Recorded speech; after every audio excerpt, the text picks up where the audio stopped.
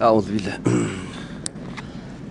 بالله من الشيطان الرجيم. بسم الله الرحمن الرحيم. السلام عليكم ورحمة الله تعالى وبركاته. الحمد لله رب العالمين، والصلاة والسلام على سيدنا محمد وعلى آله وصحبه أجمعين. اللهم علمنا ما ينفعنا وانفعنا بما علمتنا وزدنا علما وعملا متقبلا وارزقنا رزقا حلالا كثيرا واسعا يا أرحم الراحمين. اللهم إنا قد استودعناك بما علمتناه فارده إلينا عند حاجتنا إليه ولا تنسنا يا رب العالمين. اللهم أخرجنا من ظلمات الجهل وأكرمنا بنور العلم وأحسن أخلاقنا بنور الحلم. وصلى الله على سيدنا محمد وعلى آله وصحبه وبارك وسلم. أما بعد. Alhamdulillah, bersyukur kita kepada Allah Subhanahu wa taala kerana dengan taufik dan hidayahnya dapat sama-sama kita berkumpul lagi pada petang ini untuk kita menyambung kembali sirah Rasulullah sallallahu alaihi wasallam. Sambungan kita pada hari ini tajuknya Wufudun Najran.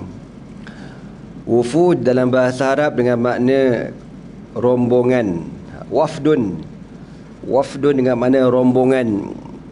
Wufudun, rombongan-rombongan yang datang daripada Najran. Najran ini berhampiran dengan negara Yaman, dan diorang ini merupakan padri-padri Kristian. Waqad wafada ala Rasulillah sallallahu alaihi wasallam ba'da al-khuruj min asy-sya'bi. Setelah Nabi sallallahu alaihi wasallam diuji oleh Allah Taala dengan peristiwa yang kita dah cerita pada bulan lepas, Nabi, para sahabat, ahli keluarga diboikot oleh orang kafir Quraisy selama 3 tahun. Tak ada makanan, tak ada minuman, tak boleh berjual, tak boleh berbeli dan sebagainya. Selama 3 tahun Nabi bersabar. Datang lepas pada itu, boikot tersebut dibatalkan, dan surat yang diorang tulis dan diorang letak dalam Kaabah, surat boikot tersebut telah dimakan oleh anak-anak. Dan orang-orang yang membatalkan boikot tersebut juga orang-orang Quraisy sendiri. Maka Nabi SAW pun, para sahabat yang lain, keluar daripada kawasan yang diboikot dengan selamat. Bila keluar tu, takdir Allah, datang satu rombongan padri-padri Kristian daripada Najran. Balaghahu mukhabarahu min muhajiri al-Habasyah. Macam mana diorang boleh kenal Nabi ni? Dia tahu mana? Diorang dapat berita tentang Nabi ni apabila diorang bertemu dengan para sahabat yang on the way berhijrah ke Ethiopia. Jadi para sahabat yang on the way berhijrah ke Ethiopia, diorang bertemu dengan padri-padri ini dan bercerita tentang Rasulullah sallallahu alaihi wasallam. Lalu padri ini nak confirm ya ke tidak Nabi, ke apa nama, ayah pin ke benda ke, betul ke tidak, nak confirm ni. Fasara'u bil qudumi alaih. Maka padri-padri ini bersegera menuju ke kota Makkah hatta yarau sifatihi ma'ama dzukira minha fi kutubihim, sehinggalah mereka melihat sifat fizikal Rasulullah sallallahu alaihi wasallam sebagaimana yang diceritakan secara detail dalam kitab-kitab mereka, Taurat dan Injil. Ana tak cerita lagi dekat tuan-tuan semua, kakak semua. Cerita tu panjang lah, lain kali lah aku cerita. Hari ni tak larat ini. Hari ni ada 4 program. Lepas ni ada lagi, malam nanti lagi. Tadi pagi kita dekat IPD. Jadi cerita apa, ringkas lah, tapi cerita tu panjang lah, lain kali cerita bagaimana Raja Hercules ada simpan potret para Nabi dan Rasul. Potret sejak zaman Nabi Adam sampailah wajah Nabi sallallahu alaihi wasallam. Dia simpan benda tu. Dia orang dapat mana? Kan macam mana pula dia orang boleh lukis muka Nabi? Kalau Nabi dulu-dulu munasabah juga, Nabi Adam ke, ada logik jugalah. Tapi Nabi Muhammad ni macam mana pula? Masa bila pula kau jumpa? Kau draw, siapa yang drawnya pula? Diringkaskan cerita, gambar itu Allah Ta'ala turunkan kepada Nabi Adam alaihi salam ketika Nabi Adam memohon pada Allah supaya Allah Ta'ala menunjukkan kepada Nabi Adam bagaimana rupa bentuk Nabi-Nabi Rasul daripada cucu cicit keturunannya. Maka Allah Ta'ala pun turunkan gambar tu. Jadi kalau kita baca dalam tafsir Ibn Kathir yang menafsirkan surah Al-A'raf, kisah pasal cerita tu, lukisan tu detail. Jadi pelukis tu siapa? Wallahualam. Detail. Kalau orang pandai melukis, orang suka tengok orang lukis potret. Kalau yang pro gila tu, kau sekali tengok, kau tengok, ni lukisan ke gambar ni? Gambar ni. Tak, ialah lukisan lah. Nak bagi tahu realnya lukisan tu. Jadi gambar tu Allah turunkan kepada Nabi Adam alaihi salam. Kemudian gambar tu hilang. Tak tahu hilang ke mana. Akhirnya dikeluarkan kembali, kalau tak silap saya, oleh Nabi Daniel alaihi salam, yang gambar tu tersimpan dalam peti milik Zulkarnain, ya Raja Zulkarnain. Dan semenjak itulah gambar tersebut diwarisi turun menurun sehingga pada hari ini. Saya yakin gambar tu masih lagi disimpan. Kat mana? Wallahu alam. Tapi kalau ikut hati saya lah, kemungkinan besar dia orang sorok dekat Vatican. Vatican kan pusat orang Kristian, macam Mekah Madinah lah tempat orang Islam. Nantilah lain kali insya-Allah ceritalah pasal gambar tu. Jadi orang Kristian ni diorang tahu Nabi ni detail. Ada lagi satu riwayat cerita seorang lelaki sahabat. Kalau tak salah mana, masa tu dia belum masuk Islam lagi. Dia pergi ke Syam. Lalu seorang padri di Syam ditanya,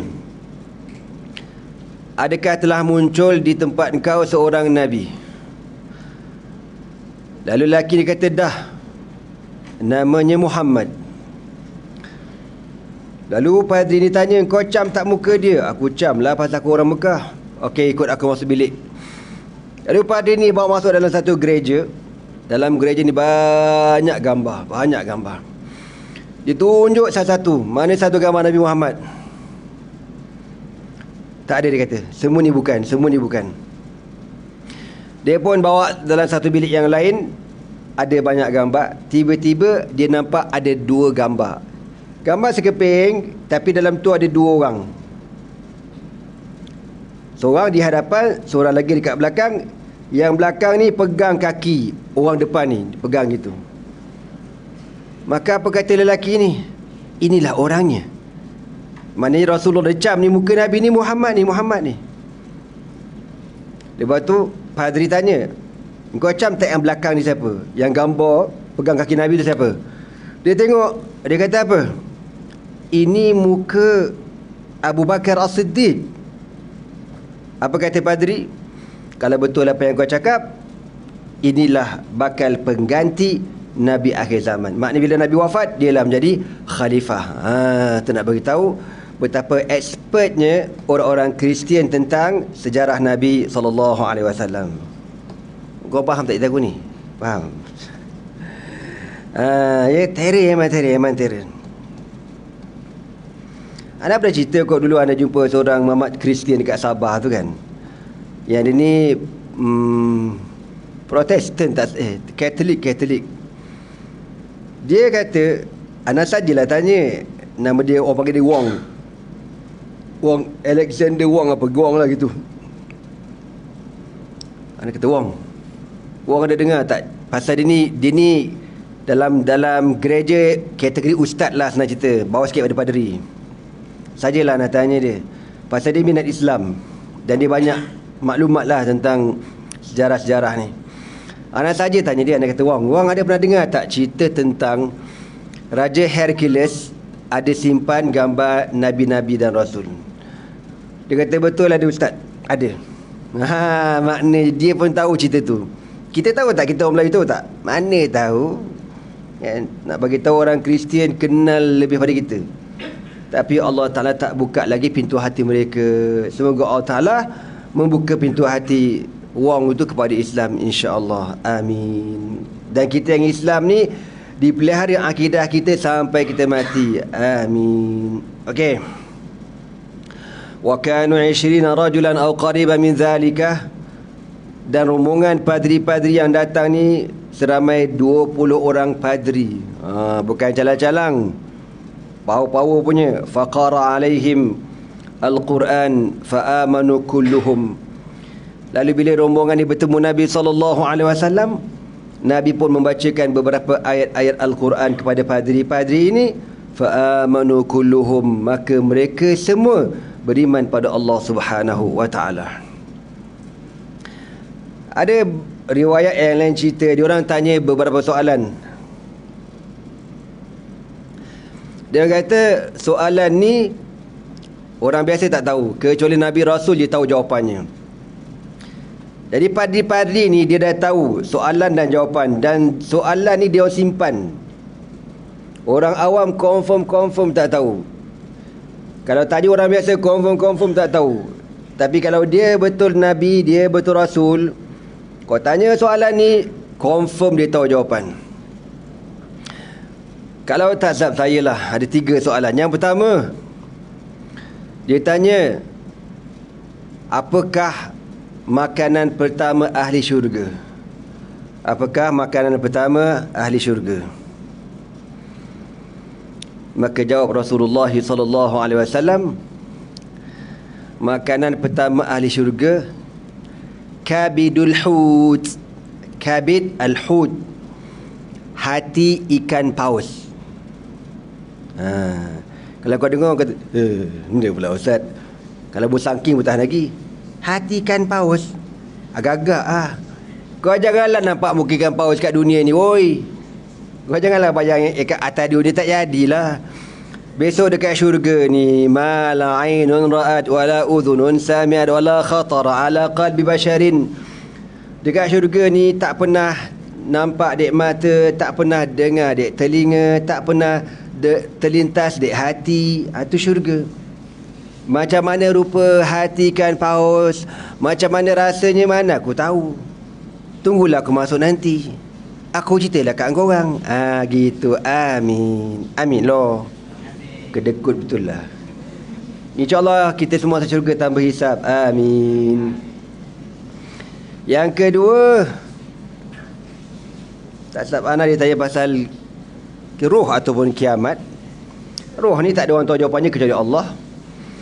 Yang ketiga dia tanya, anak yang lahir nak tahu macam mana muka anak tu ikut muka mak ke muka abah.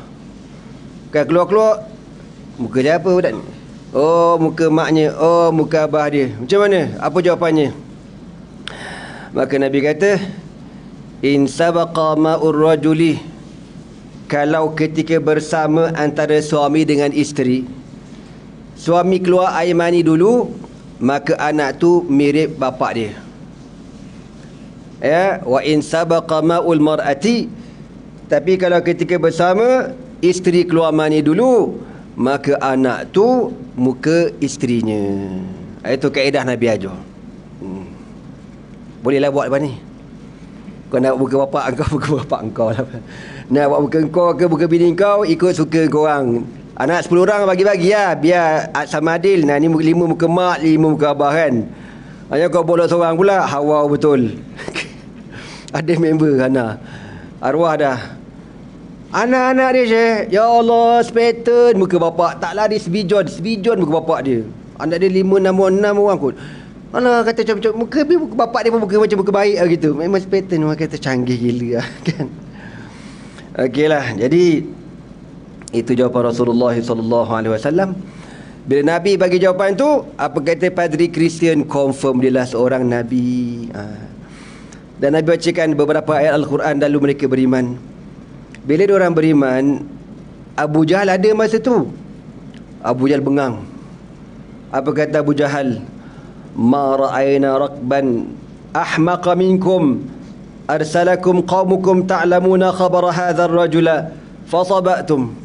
Apa kata Abu Jahal? Aku tak pernah jumpa rombongan paling bodoh kecuali korang ni. Dia kata dekat padri Kristian ni. Korang dihantar datang ke Mekah untuk tahu Nabi ke tidak. Tu je, bukan suruh beriman. Bodoh, kata Abu Jahal. Bengong sungguh orang tua ni. Fasabatum, tiba-tiba kau keluar daripada agama kau. Apa respon padri-padri ni? Faqalu, mereka berkata, salamun alaikum, sejahtera ke atas kamu. La nujahilukum, kami kenal kamu. Lakum ma antum alaihi, terpulang pada kamu wahai Abu Jahal apa yang kamu nak pegang. Walana makhtarnahu, dan terpulang pada kami apa yang nak kami pilih. Lalu Allah Ta'ala turunkan ayat Al-Quran dalam suratul Qasas ayat 52 sampai ayat 55. Allah berfirman, allazina atainahumul kitaba min qablihi hum bihi yu'minun wa idza yutla alaihim qalu amanna bihi innahu alhaqqu min rabbina inna kunna min qablihi muslimin ulaika yu'tawna ajrahum marratayn bima sabaru wa yadra'una bil hasanati as-sayyi'ata wa mimma razaqnahum yunfiqun وَإِذَا سَمِعُوا اللَّغْوَ أَعْرَضُوا عَنْهُ وَقَالُوا لَنَا أَعْمَالُنَا وَلَكُمْ أَعْمَالُكُمْ سَلَامٌ عَلَيْكُمْ لَا نَبْتَغِي الْجَاهِلِينَ. Allah berfirman, allazina atainahumul kitaba, dan mereka-mereka yang kami kurniakan kepada mereka Alkitab, Taurat dan Injil, min qablihi, sebelum kedatangan Rasulullah sallallahu alaihi wasallam. Hum bihi yu'minun, mereka beriman dengan kitab tersebut, beriman dengan Taurat, beriman dengan Injil. Wa idza yutla alaihim, apabila dibacakan ke atas mereka ayat-ayat Al-Quran, qalu, mereka berkata, amanna bihi, kami beriman dengannya. Innahul haqqu min rabbina, sesungguhnya Al-Quran itu benar daripada Tuhan kami. Inna kunna min qablihi muslimin, sesungguhnya kami sebelum daripada ini telah beriman. Ya, sebelum jumpa Nabi SAW telah beriman dengan Taurat dan Injil terlebih dahulu. Maka Allah kata, ulaika yu'tauna ajrahum marrataini, maka mereka diberikan pahala sebanyak 2 kali. 2 kali pahala apa? Pertama, pahala beriman dengan Taurat, Injil, beriman dengan nabi-nabi yang terdahulu, dan pahala yang kedua beriman dengan Rasulullah sallallahu alaihi wasallam. Bima sabaru, dengan kesabaran mereka. Ya, bukan senang tau. Diorang ahlul kitab, makna lebih awal pada Nabi. Contoh mudah ginilah, kita dah kerja lama, dah tahap veteran, tiba-tiba datang orang baru jadi ketua kita. Orang kata kena dengar cakap bos baru ni. Kita apa lah, kencing bercabang nak jadi bos. Contoh kan. Aku orang lama, pirah, kan. Kau mesti ada action macam tu kan. Jadi padri-padri ni, of course lah, diorang pengalaman macam-macam. Tiba-tiba Nabi SAW muncul, diorang apa kata, lawan ego tu dan beriman dengan Rasulullah SAW. Maka diberikan pahala kepada mereka. Kita dalam berkeluarga, berumah tangga macam tu juga. Kadang-kadang bini ni popek. Kita suami kan, patut kita lah paling berkuasa. Tapi suami kena sabar. Tenang, relax. Biarkan bini tu lalu gitu.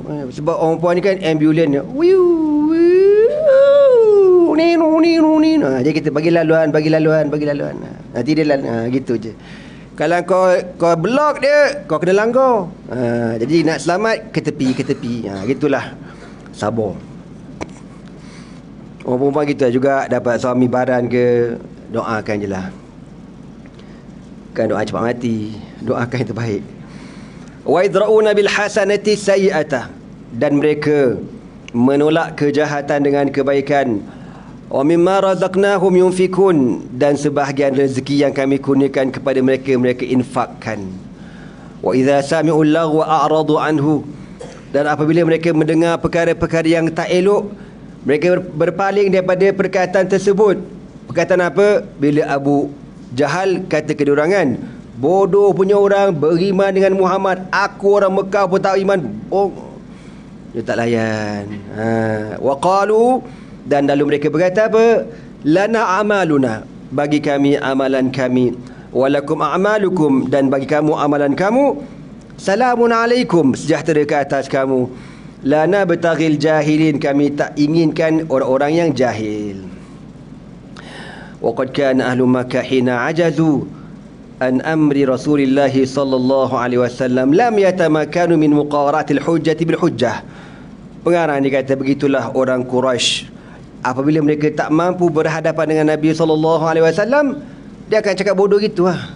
Kalau letaklah hujah Al-Quran ke apa, dia tetap dengan kepala degilnya doang. Dia takkan beriman, bakal diguna ego, guna kuasa dan sebagainya.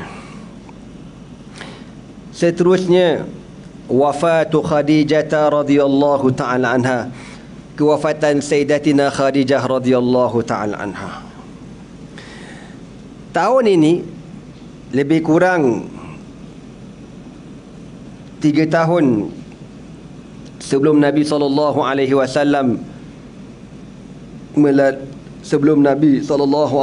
berhijrah. Yang pertama tadi kita cerita,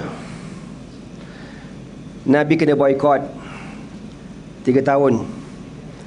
Lepas tu, sebelum Khadijah meninggal pakcik Nabi, Abu Talib.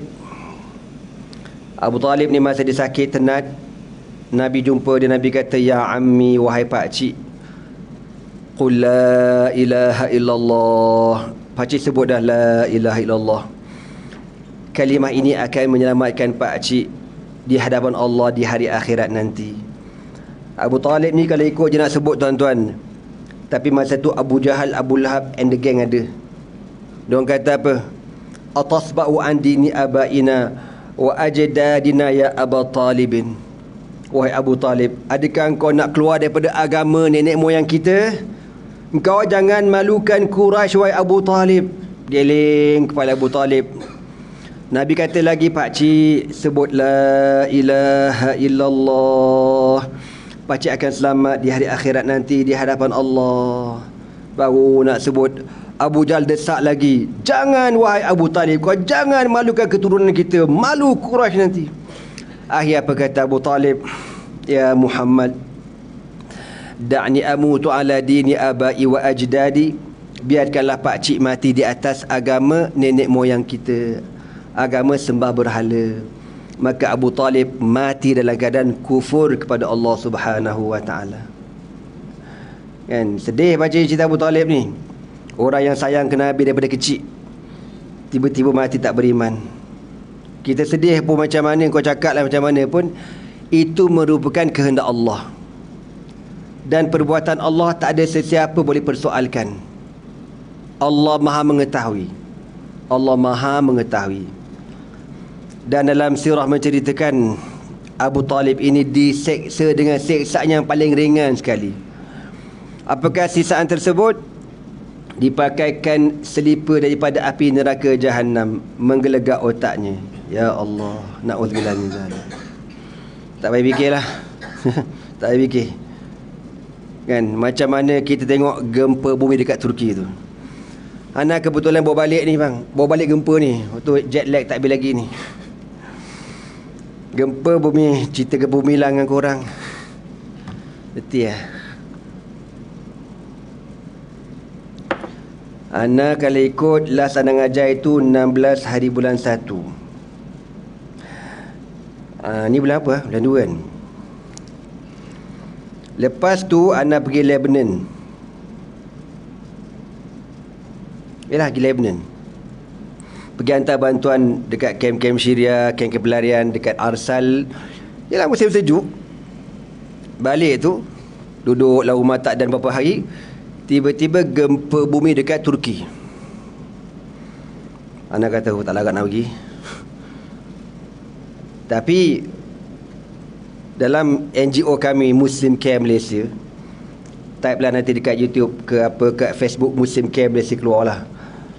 Muslim Care ni daripada dulu lagi, daripada tahun 2012 kita hantar bantuan ke Syria. Tiap-tiap tahun, alhamdulillah, kecuali PKP itu tak pergi. Jadi anak kata aku tak larat, baru balik Lubnan. Jadi anak kata mungkin hantar orang lain lah. Tapi anak terfikir, dekat Turki ni ada guru anak tau. Masa anak belajar kat Syria dulu, ada guru-guru anak bila perang, diorang pindah ke Turki. Jadi anak pun tak sedar hati. Apa cerita guru-guru aku kat Turki ni? Sihat ke tak sihat ke macam mana ke? Anak pun WhatsApp dia. Bila anak WhatsApp dia, dia pun balas WhatsApp anak. Ya, kau dengarlah suara guru aku ni. Assalamualaikum warahmatullahi wabarakatuh. Hilang lah. Waffaqakum Allah Ta'ala wa ja'alakum. Tak dengar? Aduh, cak ayam ambil mikrofon kau ni. Alakum zukran warahmatullahi wabarakatuh. Akramakallah ya Syekh Nasr. Tak apalah kau tak dengar suara. Jadi anak ni bila dengar suara Syekh anak kata tak boleh, aku kena cari guru aku. Aku kena cari guru aku. Anak pun katakan Muslim Care, aku akan pergi. Kan? Muslim Care pun siap. Kita nak pergi 5 orang, 3 orang daripada Muslim Care, lagi 2 daripada wartawan Metro. Jadi ringkaskan cerita. Kebetulan kan, gempa tu lebih kurang 3 hari kita orang turun ke sana. Jadi rombongan kita tu sama dengan rombongan SAR Malaysia itulah. Kan, Malaysia hantar ramai, 100 lebih pasukan cari rescue kan, search and rescue ni. Jadi satu flight dengan diorang, berasa seronok lah masa naik kapal terbang tu. Orang Turki pakai tepuk tangan belaka lah. Ya, pasal pasukan penyelamat bantu kat sana. Jadi sampai dekat airport Istanbul, nak ke kawasan gempa ada 2 airport. Satu nama airport Gaziantep, satu lagi nama Hatay. Dan kedua-dua airport ni tutup sebab gempa. Dan dua-dua perjalanan ni makan 2 jam. Gaziantep 2 jam, Hatay 2 jam. Kita ada satu lagi pilihan, airport Adana. Adana pun 2 jam juga. Jadi nak ke airport tu delay. Banyak flight delay sebab gempa lah. Alhamdulillah akhirnya sampai ke Adana. Sampai kat sana, beg-beg semua hilang belaka. Mana pula bagi beg? Rupa-rupanya dia orang silap transfer. Kita orang turun dekat domestik, kapal terbang tu punya beg dibubuh dekat international. Berlari pula pergi international. Alhamdulillah jumpa beg. Ramailah jumpa pasukan keselamatan rescue daripada Korea, Australia, New Zealand, bla bla bla bla, semua ada. Malaysia semua ada. Daripada airport Adana, kita orang menuju ke lokasi gempa. Nama tempat tu Iskandarun. 2 jam perjalanan juga. Sebelum tu kita berhenti dulu beli makanan, pampers budak-budak, semua-semualah untuk kita bagi dekat mangsa gempa ni. Bandar Iskandarun, diorang, kau tahu bang, gempa yang dekat Turki ni berlaku, dia bukan berlaku dekat satu negeri tau. Anak dah bagi mudah faham Contoh na'udzubillah tau, contoh. Gempa tu berlaku dekat Gombak, dia naik ke Karak, Bentong, sambung sampai ke Temeloh, sambung sampai ke Kuantan, sampai ke Kemaman. Gitulah kalau kau nak faham dia punya jauh gempa tu. Kau bayang berapa banyak yang terkorban, lebih 40,000. Bangunan juga jangan cakap lah. Jadi anak sampai dekat Iskandaron tu, dia bandar tepi pantai, tengok-tengok air laut dah naik atas bandar dah. Kau bayang air laut naik atas bandar. Maknanya apa? Berlaku tsunami kecil. Jadi masuk-masuk kawasan tu, bangunan dah tak ada elektrik, tak ada apa semua, tak ada. Terputus bekalan air, bekalan sana gas. Bukan macam kita pakai tong gas, sana pakai saluran ke bangunan-bangunan. Itu lagi bahaya, meletup. Sampai suasana, kalau masuk kat bandar tu, tengok orang dah kulu kili ni macam zombie gitu. Cuaca sejuk, angin sejuk. Jadi kita pun keluarkan barang-barang bagi mana yang sempat. Tengok depan saya ni, ada satu apartmen dah runtuh. Diorang kata dekat apartmen ni ada 200 orang terkambus. Kau bayang 200 orang. Jentera berat buat kerja siang malam pagi petang tanpa henti. Orang duduk dekat unggun api ni sejuk, masing-masing duduk tunggu kod-kod, ada harapan saudara mara masih hidup lagi. Bila kita duduk kat situ kan, tengok orang kejap-kejap datang angin bau mayat, datang angin bau mayat, gitu. Sebelah sana bangunan runtuh. Tak cukup, jentera berat tak cukup. Yang runtuh tu aku tak tahulah nasib lah. Kalau hidup lah, kalau mati matilah, macam itulah. Jadi satu malam kita orang kawasan tu memang teruk. Lepas tu besok anak kata kita kena cari guru anak tu kat mana. Perjalanan daripada Iskandarun nak cari guru anak tu lebih kurang 600 km. Kata biarlah jauh-jauh lah. Alah-alah aku datang Turki ni kan. Jadi cari, meneruskan perjalanan. Akhirnya sampai dekat satu bandar nama Mardin. Bandar ni terletak dekat border sempadan Turki, Syria, Iraq. Betul-betul ujung. Kalau kita ibarat daripada orang kata Selangor ke Perlis lah gitu kan, mana ujung-ujung, tak lagi jauh lah dia orang, 600-700 km. Turki ni luas, rakyat dia ada berapa? 80 juta. Jadi sampai-sampai kat Mardin, anak bagi tahu Syekh anak nak sampai ni. Elok je kita parking, Syekh anak keluar je, nampak aja anak dia peluknya aku menangis. Anak menangis, dia pun menangis. Setelah kami berpisah lebih kurang 25 tahun. Last anak dengan dia tahun 1998. Pada tahun itulah dia hantar anak. Dia hantar satu surat, anak simpan, sampaikan surat tu. Anak kata sampaikan aku simpan surat tu. Kan. Nangislah kami seronok jumpa Syekh. Rindu, ya Allah rindu. Engkau anak kan nak kata anak dengan guru anak nak rapat. Anak jaga guru anak. Sampai sekarang jaga. Ni besok lusa ni 23 bulan. Ada lagi seorang guru anak nak datang kat Malaysia. Sebab kebetulan anak dia ada kat sini, menantu dia semua kat sini. Dia pelarian Syria lah, duduk Malaysia lama. Jadi dia nak datang. Anak kata, ya Allah syukurnya dapat jumpa guru. Dia cerita, dia kata, Nazmi, aku tak pernah menolak qadar Allah pada aku. Gempa tu, dia kata antara rahmat Allah kepada kami, gempa tu berlaku 3 kali tau. Mula-mula macam gini dia kata, bangunan begini, bangunan kau masa tuhan ke depan ke belakang, ke depan ke belakang. Masa tu siapa yang tak tidur lagi, yang qiyamulai, yang tahajud, sempatlah lari dia kata. Dan kau lari tu kau tak sempat nak ambil, kau pakai baju tidur. Kalau perempuan keluar dengan baju tidur, kalau lelaki pakai baju tidur, keluar bodoh macam. Kat luar tu salji turun. Memang tak sempat apa, kau tarik selimut je lah kalau sempat pun. Pasport ke harta benda semua tinggalkan belaka. Dia kata gini, lepas tu bang, ke kiri ke kanan dan terus roboh. Dia kata antara rahmat Allah pada kami, Allah bagi dulu isyarat suruh selamatkan diri. Ya Allah. Bila habis bangunan roboh, dia kata diorang tinggalkan kawasan tu, terpaksa berjalan menaiki kenderaan sebab jalan banyak pecah. Kau tahu terkopaknya bumi ni sedalam 30 meter. Bapak dalam 30 meter, Syekh. Subhanallah. Dia kata 2 hari 2 malam diorang daripada bandar nama Banatul Malatia sampai ke Mardin, turun bukit, naik bukit, redah salji, barulah sampai dekat border Turki, Syria, Iraq. Sebab kebetulan guru anak tu dia ada saudara mara dekat border sana. Jadi memang keadaannya dahsyat. Masa anak dekat sana lebih kurang seminggu, anak sempatlah rasa gempa. Masa kita nak datang, kita ingat Gempa bumi bila dia dah berlaku habis? Tak. Na'udzubillah, jangan minta na'udzubillah. Rupa-rupanya gempa ni bila dia berlaku kuat, dia ada susulan kali kedua. Kali pertama tu dah ranap habis, kali kedua lagi kuat. Ya Allah. Tapi anda tak rasa lah yang tu. Kita orang rasa yang jenis 5 skala Richter yang bawah ni, dia kalau 6 boleh meretakkan bangunan, 7 ke atas bangunan hancur berkecai. Jadi kita orang rasa 5 tu. Aku tengah tidur tu malam, tak larat tidur kat rumah member ni. Ana asalnya wakil Muslim Care dekat Turki ni kata, untuk keselamatan kita takkan tidur dekat rumah ke apa ke, kita akan tidur dekat mana? Kandang lembu. Kan cantik lah.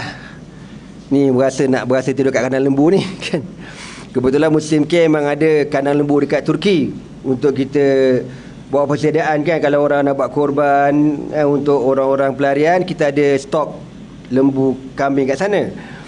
Kalau kau nak buat korban, dia bagi tahu, bagi pelarian makan, dapat pahala banyak. Jadi anda pun dah seronok ini rare ni tidur kat kandang lembu ni, bau aroma tek lembu. Sekali pergi kau tu kandang lembu penuh, orang dah duduk kat situ dah. Masa tu banglo ke benda ke tak ada makna, tak ada nikmatnya. Kau datuk ke kau tasri Komadatin ke, lengan kau punya gelang sampai ke ketiak ke, kau lepak kandang lembu lebih selamat tu tak? Kau jangan main. Masa itulah barulah sedar siapa diri kita sebenarnya. Barulah sedar kan. Yalah kau kata tak boleh tidur kat kandang lembu, pasal orang dah ramai, kau kena tidur kat rumah aku juga. Rumah dia 2 tingkat. Kata masak, aku cakap di kalau roboh syahid aku. Malam tu tidur ya sungguh. Pukul 3.25 pagi. 3.25 waktu kita, dia beza 6 jam. Dia kau pukul 10 kot. Dia waktu kita, waktu 10 malam. 10 pagi. Bagagar rumah dia kau tahu. Kata sudah. Kau sampai kau terbangun, kau terbangun ni. Lemari la ilaha illallah, la ilaha illallah. Aku cakap lah, ngucap dah. Lepas tu member aku naik tu, turun. Tapi alhamdulillah lah, gegaran tu tak lama. Syekhana kata yang gempa sampai menghancurkan semua-semua tu selama 30 saat aja, tak sampai 1 minit. Kau bayang 30 saat tak sampai 1 minit, hancur sehancur-hancurnya. Ya Allah, teruk dahsyat. Kalau kau tengok Allah Ta'ala punya kuasa ni, subhanallah. Ana masuk kat bandar Antakya. Bandar ni, sana banyak apartmen tau. Ya, kita ni ada kawasan-kawasan lah apartmen, tapi sana boleh kita katakan majoriti semua apartmen kondo. Kau bayang macam mana? Memang hancur. Macam buat main apa tu, domino tu gitulah. Lepas tu yang tak roboh retak. Yang retak ni kalau gegaran sikit habis. Kau bayang bandar, contohlah kalau besar Shah Alam. Contoh na'udzubillah min zalik, seluruh bangunan yang ada kat bandar Shah Alam ni akan dirobohkan kesemuanya. Kesemuanya dirobohkan. Dah tak boleh pasal dah crack. Orang tinggal semua. Ya Allah, gitulah. Tengok dahsyatnya kuasa Allah Ta'ala. Dalam banyak peristiwa yang kami dengar tu, antaranya kisah bagaimana pasukan penyelamat ni, dia korek. Dia orang jumpa duit 1 juta USD terkambus bersama dengan tuan dia sekali. Tuan duit tu lah, satu rumah tu lah. Habis. Agak-agak bagaimana tuan tu besok di hari akhirat, betapa menyesalnya dia. Akhirnya duit tu tanam dia. Itulah dunia buat dekat kita kan. Kita ni kerja dunia siang malam pagi petang, tengok apa benda Allah tunjuk, mati dengan duit saya tak boleh buat apa. Waktu ada kisah orang Syria, dia ni tak mampu nak bayar sewa. Dia pun minta lah kat tuan rumah orang Turki tu supaya bagi tempoh lah kan. Dia kata, bagi aku masa nak cari duit. Tuan rumah kata, tak, keluar. Kau tak ada duit, kau keluar dari rumah aku. Dia kata, kau tak kesian ke anak bini aku musim sejuk kat luar? Tak ada duit, keluar, dia kata. Dia pun peki barang, dia keluar. Selang beberapa hari, gempa bumi. Habis apartmen dia, runtuh, roboh. Dan orang Syria ni pun menumpang dekat satu kemah yang kerajaan Turki sediakan untuk mangsa gempa. Dia kata, masa aku masuk dalam kemah tu, aku duduk dengan anak-anak aku, Tiba-tiba masuk tuan rumah apartmen aku, duduk sepi aku sekali. Macam itu kau peramat aku kan. Sekarang kita geng. Kau tengok dunia kan, sekejap je Allah nak ambil, sekejap sangat. Ya Allah. Last sekolah aku bila cerita ni, aku teringat satu hadis tau. Ada seorang ulama nama Ahmad bin Ma'in atau Yahya bin Ma'in, ulama hadis yang menulis hadis dengan tangan dia ni, bukan pakai WhatsApp, pakai copy paste, tulis dengan tangan. Dia tulis hadis dengan tangan dia sebanyak 100,000 hadis. Kau bayang, 100,000 hadis zaman dulu, Tok Guru kepada Imam Bukhari. Dia ni nak ambil hadis tau, nak belajar hadis dengan seorang ulama hadis. Tadi ulama hadis tu kata, kau tunggu kejap Contohlah ulama hadis tu duduk kat situ dengan Syekh Ma'in tu. Dia nak ambil kitab kat sini. Dia kata kejap. Engkau hafal tak hadis tu? Aku hafal. Kalau kau hafal, kau baca je, tak payah ambil kitab. Kenapa kitab? Aku bimbang. Kalau kau bangun, kau ambil kitab, tiba-tiba aku mati, rugi aku. Tuan-tuan faham tak kita aku ni? Kau tengok macam mana dia orang punya fikir tu kan. Jangan. Aku takut kalau kau bangun, sama ada kau mati atau aku mati, dua-dua rugi. Bacakan terus hadis, aku catat. Kalau ada umur lagi, baru kau ambil kitab tu. Sampai macam tu kau tak? Dia orang punya fahamnya kematian. Kita mana ada lag. Tentu kau jul. Kau jangan main. Okeylah, last call cerita ni. Lain kali aku sambung sirah ni. Antara kisah yang masyhur juga yang kami dengar. Kau bayang kalau sampai dah seminggu, orang kata tak ada harapan dah. Tapi semalam dah 12 hari, ada lagi dua orang masih hidup. Dia jumpa. Dengan izin Allah masih hidup lagi. Kau kalau kau tengok memang tak logik. Konkret bang, bertantan kau tahu. Mana ada harapan hidup. Ada satu kisah tu, diorang dah sampai tahap dah tak ada harapan, dia nak hancurkan konkret, nak hancurkan kan. Kira dia kubur besar-besaran lah gitu. Masa diorang nak hancurkan konkret, tiba-tiba datang seorang perempuan. Dia kata apa? Jangan. Ada anak aku dalam ni, anak aku ada 2 orang. Jangan. Jadi pasukan penyelamat ni tak beranilah nak teruskan. Kok ada sungguh anak makcik ni. Dia dah berkata, kita gali cara baik aja selamat. Gali Jumpa sungguh 2 beradik hidup lagi. Bila 2 beradik ni dikeluarkan, jadi diorang pun nak cek lah makcik ni, nak beritahu makcik alhamdulillah nak makcik duduk lagi. Tengok makcik tu tak ada dah ke mana entah. Lepas tu diorang ceritalah, pasukan penyelamat cerita kat 2 beradik ni, kata mujurlah mak engkau datang. Mak engkau yang selamatkan. Sebenarnya mak engkau yang selamatkan engkau. Mak engkau kata engkau masih lagi terperangkap. Kalau tak, kalau kita orang pecahkan konkret dengan engkau mati terkambus. Apa kata 2 beradik ni? Mak kami dah meninggal 4 tahun lepas, dia kata. Ya Allah. Mak dia dah meninggal 4 tahun lepas. Habis siapa yang datang? Wallahu a'lam bissawab. Tuan-tuan, inna lillahi wa inna ilaihi raji'un. Jadi keadaan masih lagi mengerikan, dahsyat. Hari ni berapa? 20 bulan. Besok 21 bulan musim KM Malaysia akan hantar tim yang kedua untuk menghantar bantuan kecemasan kepada Syria pula. Dia gempa tu border tau, Syria dengan Turki. Dua-dua kena teruk, tapi yang teruk tu Turki. Pasal Turki kena teruk dan dia banyak bangunan tinggi. Syria bangunan dia dah habis kena bom dengan Bashar Assad dah. Yang ada pun bangunan yang dah reput-reput memang habis lah kan. Jadi tim yang kedua ni kita akan hantar untuk memberikan bantuan kepada pelarian Syria yang Allah Ta'ala uji diorang dengan hujan yang terlalu hebat, perang, kebulu, sejuk, gempa bumi. Ya Allah, kesian orang. Kita kalau tengok kau kan termenung atau termenung hujan. Kita mana ada hujan. Kita paling-paling hujan kita tak ada telur je pun. Itu kecoh bagai nak agak. Kau orang telur semua ada, kisah apa? Okeylah bang Kak. Jadi itulah sebagai sedikit perkongsian kita pada petang ni. InsyaAllah kita akan sambung lagi pada pertemuan yang akan datang. Nanti kalau siapa kok nak menderma untuk Syria ni, saya ala-alukan sangat. Saya share lah dekat apa nama yang jemput saya ngajar ni. Ana share poster ni insya-Allah ya. Semoga dengan sedekah kita ni dapat mengelakkan daripada malapetaka insya-Allah. Aku qauli hadza wa astaghfirullah li wa lakum. Wassalamualaikum warahmatullahi taala wabarakatuh. Subhanakallah wa bihamdika asyhadu an la ilaha illa anta astaghfiruka wa atubu ilaihi. Bismillahirrahmanirrahim. Wal 'asr innal insana lafi khusrin illa allazina amanu wa 'amilus solihat وتواصوا بالحق وتواصوا بالصبر. اللهم إنك عفو تحب العفو فاعف عنا يا كريم. والله سبحانه وتعالى أعلم بالصواب.